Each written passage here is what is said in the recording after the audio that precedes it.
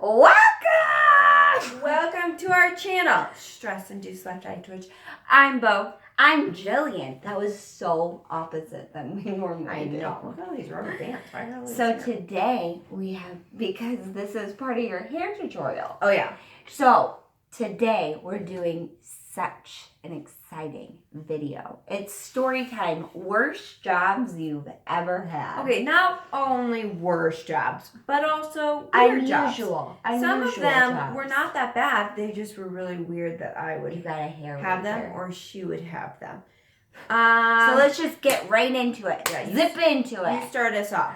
Okay. I didn't think about it, so you start because you wrote stuff down.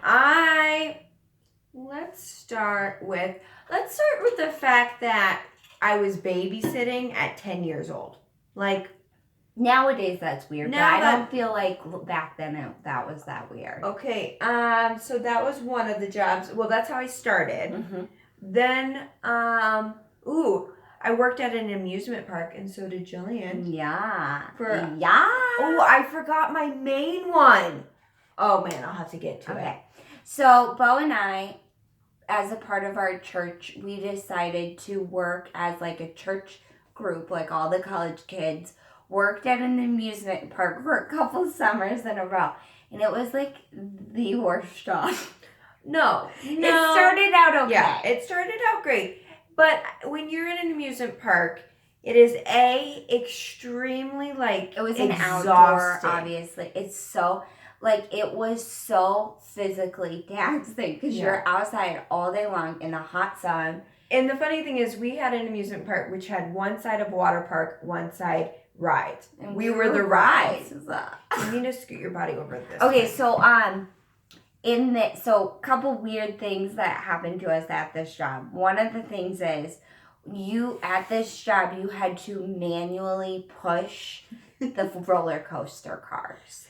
Like, how weird. Like, we literally had to sit there, push the car so that the momentum would pick up, and then the person on the back of the ride. Two manned the ride. Yeah, Two the workers. person on the back had to literally, we would like stand behind the cars and push with all of our might to get the cars off the brake. No, and it was exhausting. It came down to a science because when you pushed the car to get going, you had to time it, and then you pushed another one so that the person getting the car off the brake could get another, wouldn't get smashed. And guys, they entrusted this job with literally high schoolers. High schoolers and college age. We were older we were working the older there, ones. but most of the people that worked there were high schoolers. 16, I think, was probably. And you had to time it exactly right, or you would get the cars smashing into each other, like Bo said. So another weird thing that happened to me at that park was I was put on one of these rides that was kind of like a roller coaster, except the cars, the seats moved. Yeah. So they were caged in little seats, and the whole thing moved, and the seats moved. And so that night I was running that ride, which I really don't understand why you entrust young children to do these rides. But I remember getting this man and his wife in a car, and they were probably 50 or 60 years old. And there was two people could be in a car. Yeah. Mm-hmm. And all of a sudden, in the middle of the ride, the man threw up from the top of the ride, and it literally went all over my head and my face. My hair was down to here at this point. And it was, if someone throws up on a ride, you had to stop the ride, evacuate everyone, Which takes a really long time. And then clean it off. So literally, I had to do that, running the ride, evacuating. While she's covered in I'm covered in his puke. It was so disgusting.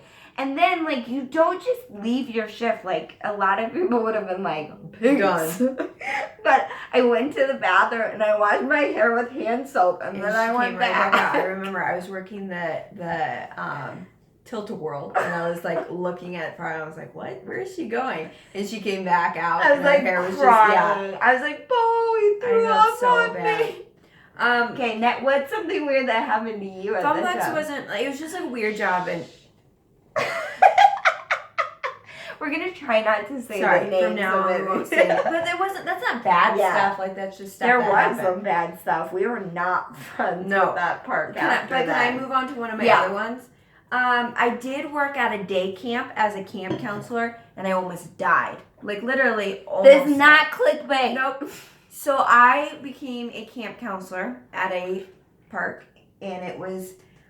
She worked there for only like 3 weeks. I was trained in May, and I started to get, like, really short of breath. But how long did you work there before this happened? Like 3 weeks. It was really short. Including training, I started like the 20th of May, and I went through probably mid-June. And I started to get like, I couldn't breathe very well. Like, it just kind of felt like everything was like really tight on my chest. I started to get, my legs were like aching all the time. And I thought like maybe my body was acclimating to like, it was hiking every day. It was like being in mud. But she loved it. It's not like I loved it. And so I was like, being outdoors. This is weird. And then one night, I remember I was with my mom at a meeting, like a church meeting or whatever. And I was like, Mom, I can't breathe. I can't breathe. So I like went home. We tried to like, I don't know, write it out. Over the course of like 21, 22. Well, over the course of like a couple days, it just went so south. Like, you couldn't touch Bo without her like being in such severe pain. She couldn't breathe. She had like a deliriously high fever. And this fever went on for 16 days straight. Yeah. I had from 101 to 104 fever in bed. She was like hallucinating. Yeah. That's how high. And she's not a pansy. But they told me, they just kept telling me. I went to the doctor. I went to the infectious disease doctor. Went to like but before I went to the infectious disease, my general doctor was like, "Nope, you have pneumonia." Yeah, pneumonia. And I was diagnosed after this wonderful thing with histoplasmosis, but mine was the disseminating kind. So normal, like sometimes people get it. It's like a common thing to get this. It's from bat poop. Yeah. In my lungs, like on it's like if you put fire over bat poop. Yeah. And she inhales so I would cook for the kids in the camp. And bats must have been in the overhang and like dropped on to the stove, like droppings over the nights. But when we would cook it, it got in my lungs. My lungs created spores everywhere. And it's like a mold. Yeah, so I got like this mold thing, and then mine was disseminating, so it started attacking all of my organs, and my organs started shutting down. Yeah, but the Lord healed her. I did. I was healed. She still has it. Like, if you look, so when Bo had her appendix out, so Bo went in like a year ago for like appendicitis pain. Mm-hmm. Well, it's like pain that you didn't really know, but they thought it was her appendix. But literally, the doctor came in after her like X-ray.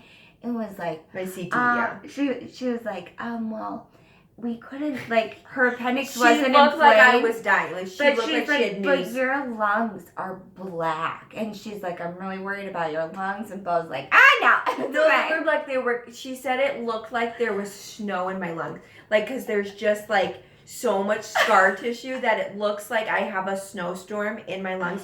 So I forget to tell. Were black. No, mom says it too. It's like you'll look at it and it looks, well, maybe in the like the CT it looks like black spots, but it looks like a snowstorm happened.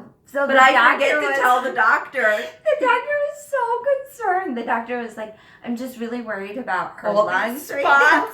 And I was like, oh no, I'm fine. It's fine. It's just bat poop. It's just bat poop. It's my lingering histoplasmosis. But I forget to tell doctors about it. I've been to like a lot of doctors since, and I'm like, and then I have histoplasmosis, and they're like, what? And I'm like, and I have the disseminated kind, so there's scar tissue. Okay, move on to the next job. Bo and I were both RAs in college. Yep. And Bo was super young. She was only 17, had never been in college, moved in and became an RA. That was like just because you're so pretty and charming. That was because I was part of a legacy. Yeah, like literally our cousins were it. I was My name got me the job. So, weird things happened to me as an RA. Like, just straight weird. And I don't know if I can talk about all of them. Probably not. just like weird confrontations with residents, and I had a boss that was really weird. I don't care if he ever hears it. If I said he was like super into World of Warcraft, and that's all we ever talked about in our boss meetings. Which one? Oh, I see. I never worked for him. Oh, that's not the one I'm thinking. So yeah, most of my bosses were great, but I did have like one really weird one, and I don't know, just like if you want to hear some stories about our RA days, ask us. Yeah, or we'll just do let part us 2, know. like diving more into them. Because I think there's so many, it would be hard to like get into it. But we were both RAs, and it was a ride. How many years were you in RA? I think 3. I think 3 years. Yeah, because I started, and we never got paid very well for this. No, it was free rooms, and it was exhausting. You had to work like holidays, like one holiday. My entire family had to come to the dorms because I was on call. Yeah, so for the entire Christmas But time, 1 year we got to be it together. It was so fun. I that loved was really it. fun. Yeah, 1 year Bo and I it like worked overlapped together. Yeah. 1 year.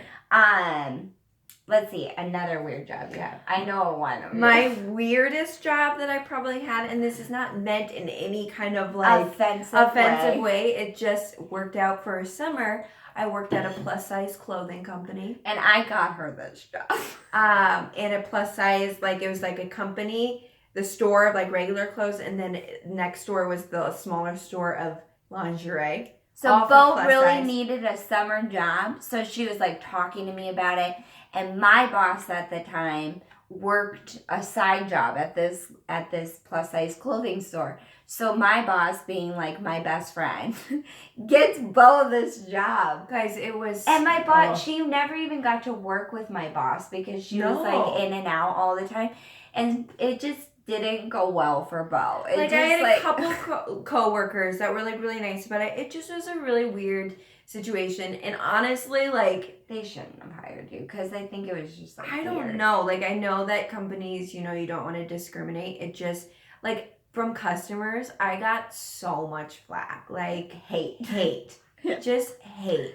And I was not there to be like, oh my gosh, I just was there for the job, and I was like fine with it. Yeah, I really she had no problem with it. I didn't care at all. It's just working at a clothing store. That's what I went in to do. Like, just work at a clothing store, and they made it, like, some of these customers just made it the biggest deal thing about it, and it was just like not fun, so weird. But she worked there like a whole summer. Yeah, my summer jobs. Okay, so I worked at, I guess I can say the name of it because it's out of business. I worked at Borders for a really long time. I worked there for like I worked there for like a year, and then I quit for a while, and then I went back. But they kept putting me in the coffee shop. She was a barista. Oh, didn't we also both work at the coffee shop on campus? I didn't. You didn't? Oh, that was also weird. Okay, so this coffee shop in Borders, it was so weird because Borders had like the most specific clientele. And so I would have like the same groups of people come in every weekend. And I only worked like 2 days a week because I had like 3 other jobs. Yeah, she was so spread I was out. like the editor at our campus newspaper with another person. I was like his co-editor. And then I was working at the library and cafe. Then you're an RA. And then I was an RA. Which RA would be a desk job too. Yeah, you had to do desk hours. Oh, it was so much work. But Borders, like, I remember this one time, they wanted you to get people signed up for Borders reward cards. Like, that was like the biggest thing. You need to get people signed up for Borders reward cards. And they would get on me about it and be like, you don't have enough signups. So I just started putting in my email address every time when they would be like, Borders reward cards. Because when you're going to get a cup of coffee, you don't want to sit there and sign up for a Borders reward card. And then if people ask me to make them like specific drinks, I'd always mess it up because I was a terrible barista. But if they would be like, I want it skim milk, I'd give them like whole milk. Because why? I didn't like how the drinks looked. You're horrible. I know. Looking back, I was just so foolish. Like, some people probably have, like, lactose problems or something. And I gave them whole milk. I was a bad Dora. You all made bad decisions, too, when you were younger. We still are making them. If you want to hear more about, like, our job at the amusement park or our A job, let us know down below. And we will make another story time, like, specifically about those places. Or my plus-size clothing or my camp from hell. I don't feel like there's anything more to say about No, either camp one was- of those. I don't think we should go. All right. Thank you so much. Subscribe down below. Can we just say we're not gonna say that? No, we're anymore? not going to say it anymore. But- don't like us. No, don't go Don't that like far. us. Don't subscribe down below. Thanks. Bye.